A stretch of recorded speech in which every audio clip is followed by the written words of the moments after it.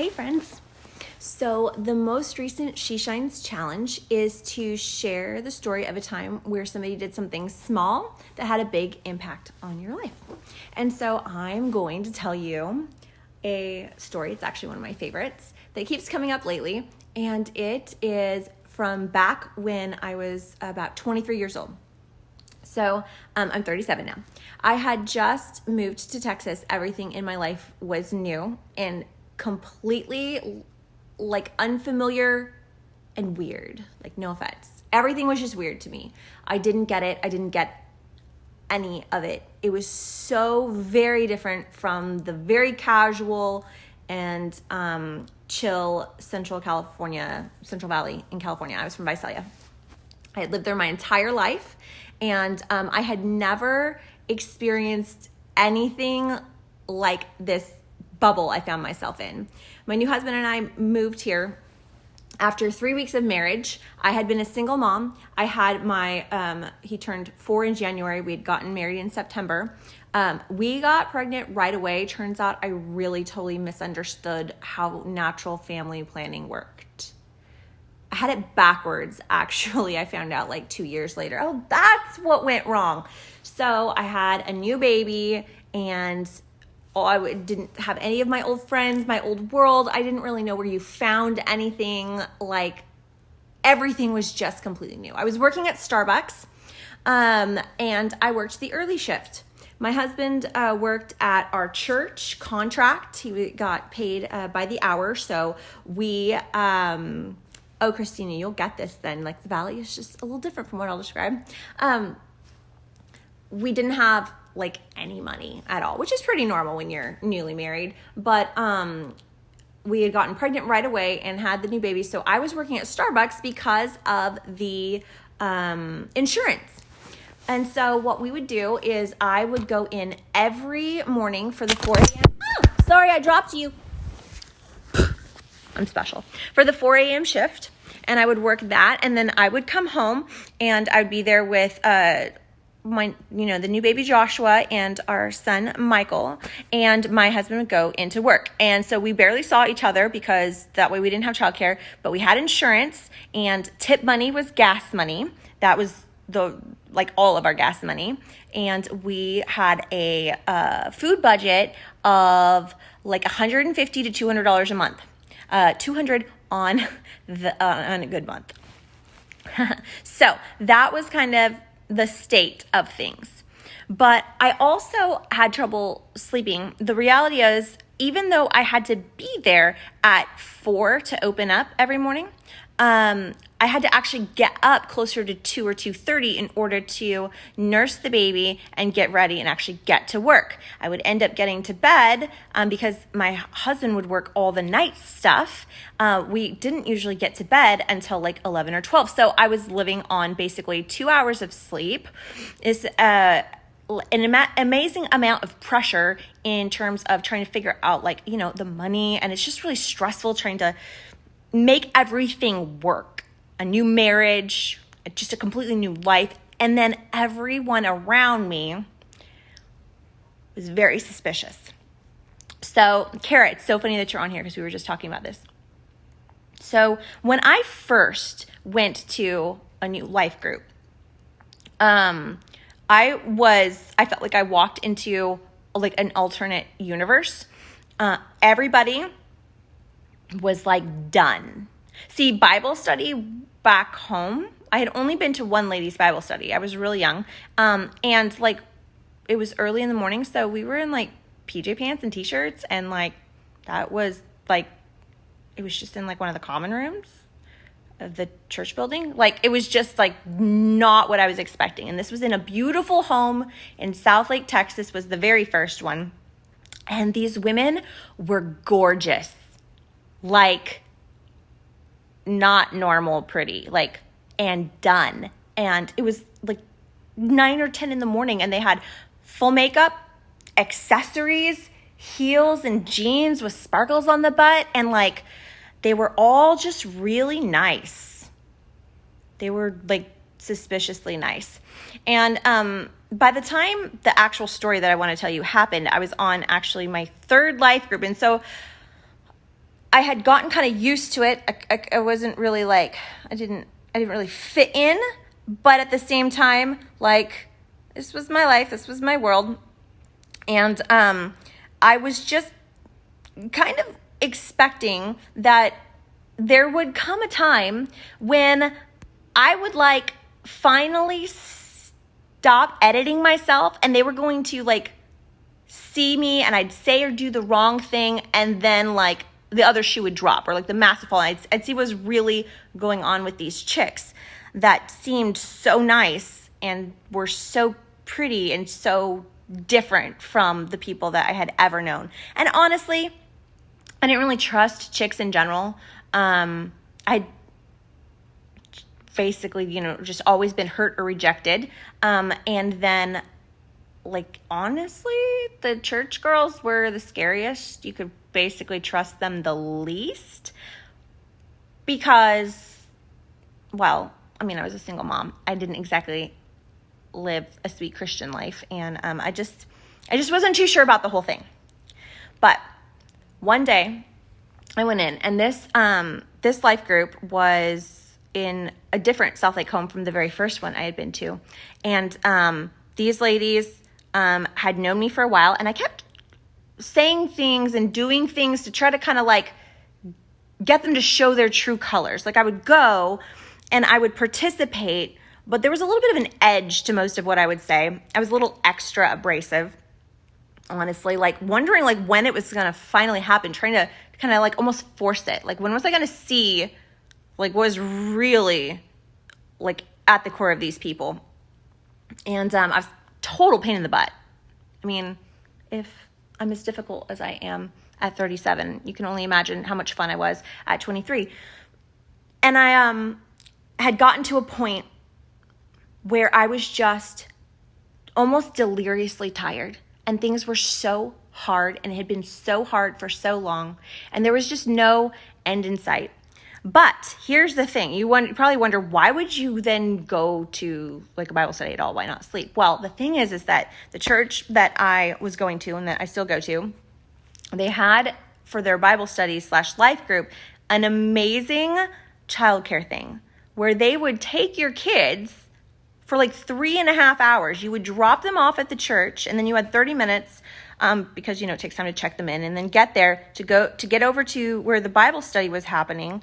You would have your Bible study, but then you had like over an hour to run errands or go get lunch together, which I didn't do because I didn't have money to spend on lunch, and I didn't want them buying my lunch, and they were all so nice that they would have tried, which made me really like uncomfortable. So I would run errands, but that was time that they were watching both my kids, and like they were doing preschool with my 4-year-old and like taking really good care of the baby, and it was all free. So I did that twice a week because that was the only break I got from hard life. Good, but super hard. So even though I was exhausted, I had driven from North Fort Worth over to South Lake and gotten the kids checked in.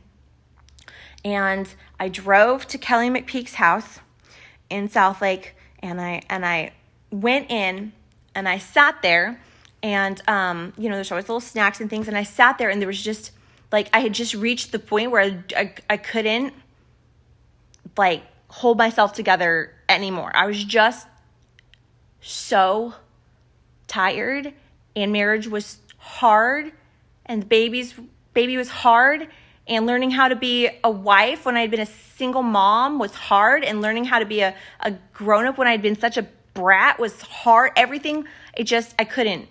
And, you do the thing at the beginning where you kind of ask for prayer requests, and I was just planning on keeping my mouth shut.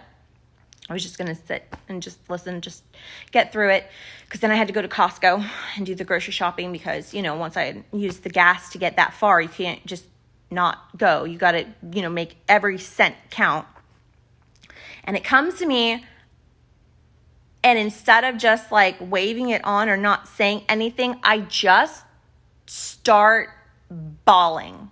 Like, not like crying, not like cute, acceptable in public breakdown, but like snot and swearing, and my whole desperate, like, hard life just poured out, that I was just so tired, and I didn't know what to do. And I kind of hated them all right then, because I just wanted to sleep and not worry about something for like a little bit, but I couldn't, because I had to go to Costco, because that's the only way I could make the budget work, and I was already there, and I just like, and I mean, I was cursing, and like, it was not like the edited stuff. It was like the raw inside, in front of all these like put together, beautiful, pretty chicks. And I stopped, and I truly expected some kind of spiritual advice, or that they were going to, tell me to have more faith, or they were going to give me verses that I should memorize, or different things. But these women, these like beautiful ladies that I hadn't trusted, simply because they were like, the culture around here is just different, and the way that they looked was different, and I didn't understand Southern hospitality. These women that I had judged, like hardcore judged, that there was something like wrong or off about them because they were so different from me. They sent me to the other room to take a nap. They didn't quote verses at me. They didn't tell me to have more faith. They didn't try to even give me advice. They told me that for the rest of study, I should just wrap up in this Afghan in the side room, and I should just sleep, because what I really needed was to sleep. And then they took me to Costco and pushed my cart for me, because I was so tired. And I had no idea that this was going to happen, but then we got up to the register and they paid for it. But then they didn't stop there. Then they took turns over the next few weeks coming to pick up my kids or watch my kids so I could sleep. And I would show up at Lifegroup, and there would be like a little gift card or something where I was going to sit. I still remember Krista Ashworth gave me a $40 gift card to Central Market. Now, I love to cook, and I'm such a foodie. So to have the opportunity to go to Central Market and like walk through the beautiful produce, but like be able to buy something, that was amazing. There was enough on there that I got the first cast iron skillet I had ever had, and something special to make, and they just kept showing up. But it was in the ways that counted. It was these small things that changed my life in so many ways.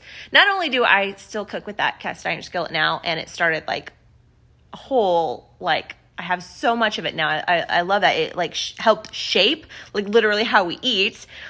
It completely changed how I saw women. It taught me this huge lesson about prejudging people based on how they look.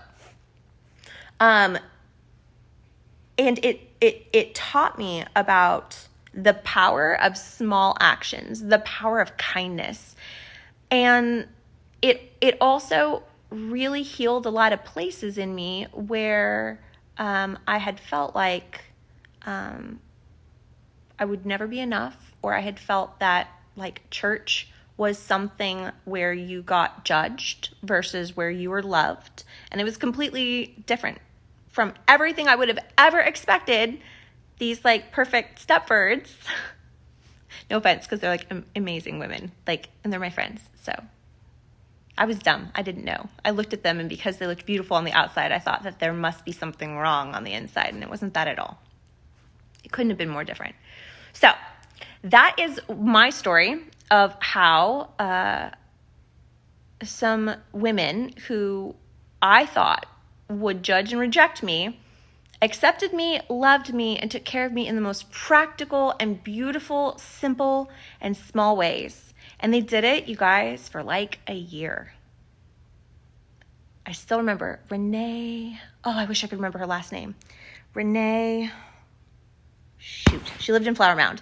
She would drive all the way from Flower Mound to my house in Woodland Springs and watch the kids so I could nap. They would pick them up and take them places so that they were having fun while I slept. It was amazing. And to them, like, they were small things. They were practical things. It wasn't a huge thing, but it changed so many aspects of my life, and it shaped who I became.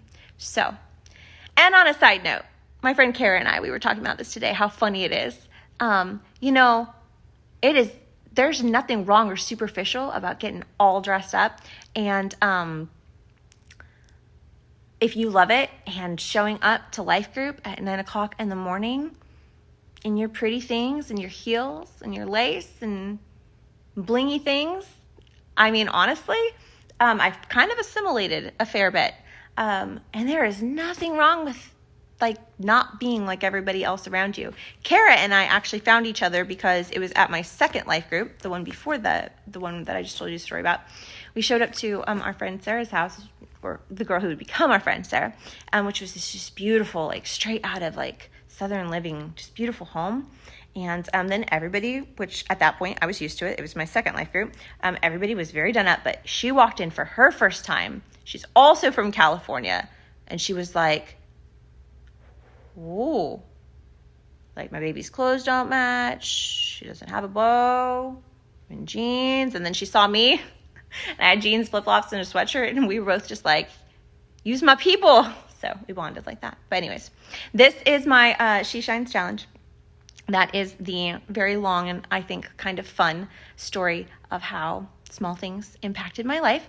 And I would love to challenge all of you who see this or will see this to think of a time where somebody did something small that had a big impact on your heart or life, and share it and take the challenge others.